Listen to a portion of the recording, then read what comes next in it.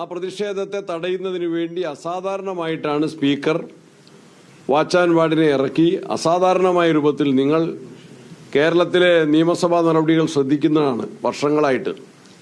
ഈ സഭയുടെ ചരിത്രത്തിൽ നടുത്തളത്തിൽ വാച്ച് ആൻഡ് വാർഡുമാരെ ഇറക്കിക്കൊണ്ട് പ്രതിപക്ഷ അംഗങ്ങൾ അവിടെ പ്രവേശിക്കുന്നത് പോലും തടയാൻ, മുദ്രാവാക്യം വിളിക്കുന്നത് പോലും തടയാൻ, ന്യായമായ പ്രതിഷേധം ഉയർത്തുന്ന പോലും തടയാൻ ശ്രമിച്ച സ്പീക്കർ മാത്രമല്ല, മുഖ്യമന്ത്രി ഇന്നലെ സഭയിൽ സ്വീകരിച്ച നിലപാടെന്തായിരുന്നു? മന്ത്രിമാരിറങ്ങി ഭീഷണിപ്പെടുത്തുന്ന, കയ്യേറ്റത്തിന് ശ്രമിക്കുന്ന ഒരു സാഹചര്യമായിരുന്നു. അതിനെല്ലാം ന്യായീകരിക്കുകയാണ്. ഇന്ന് ചീഫ് മാർഷൽക്ക് ഒരു പരിക്കും ആരും ഏൽപ്പിച്ചിട്ടില്ല, എല്ലാവർക്കും അറിയാം. അത് പിന്നീട് സഭ നിർത്തിവെച്ചതിന് ശേഷം സ്പീക്കർ ചേംബറിൽ പോയി നടത്തിയ ഒരു ഗൂഢാലോചനയുടെ ഫലമായിട്ടാണ് ഇല്ലാത്ത ഒരു കേസ് ഇതിനു മുൻപ് ഉണ്ടായിട്ടുണ്ട്.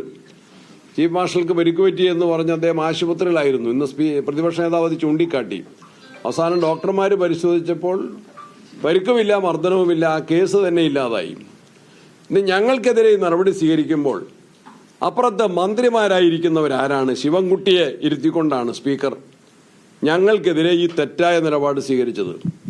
K M Mani sir budget അവതരിപ്പിക്കുമ്പോൾ കേരള നിയമസഭയിൽ അരങ്ങേറിയ ഏറ്റവും പ്രതിഷേധാർഹമായ നിലപാടുകൾ, ജനാധിപത്യത്തിൽ ഒരിക്കലും ഉണ്ടാകാൻ പാടില്ലാത്ത തീരാ കളങ്കമായി നിൽക്കുന്ന നടപടികൾ എല്ലാവരും കണ്ടതാണ്. സ്പീക്കറെ ഡയസിൽ കയറുന്നു, കസേര മറിച്ചിടുന്നു, സ്പീക്കറെ തടയുന്നു, വാച്ച് ആൻഡ് വാർഡിനെതിരെ അക്രമമുണ്ടാക്കുന്നു, മുഖ്യമന്ത്രിയുടെ അടുത്തേക്ക് വരുന്നു, ഭരണകക്ഷി MLA-മാരുടെ ഡെസ്കുകളിൽ ചവിട്ടിക്കയറി അന്ന് നൃത്തമാടിയ ആ ആളുകളാണ് ഇന്നിപ്പോൾ ഞങ്ങൾക്കെതിരെ ഈ വാളോങ്ങുന്നത്. അതിന് വിലയില്ല. ആ മന്ത്രിമാർക്കെതിരെ, ഇന്നത്തെ മന്ത്രിമാരായിരിക്കുന്നവർ, കഴിഞ്ഞ ഗവൺമെന്റിൽ മന്ത്രിമാരായവർ, അവർക്കെതിരെ പോലീസ് ചാർജ് ചെയ്ത കേസുണ്ടല്ലോ, ക്രിമിനൽ കേസ്.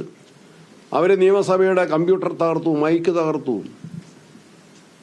കസേര മറിച്ചിട്ടു, മേശയിൽ ചവിട്ടിക്കയറി നൃത്തമാടി.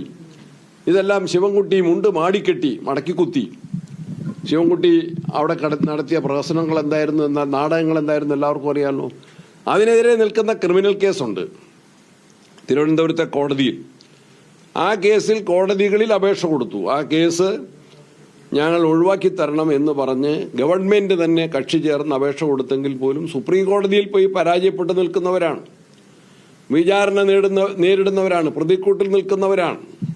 ശക്തമായൊരു പ്രതിഷേധം ഉയർത്തി ശബരിമലയിലെ സ്വർണ്ണപ്പാളികൾ കട്ടുകൊണ്ടുപോയ പ്രതികളെ പിടിക്കണം. പോലീസ് ഇപ്പോഴും നടപടി സ്വീകരിച്ചിട്ടില്ല.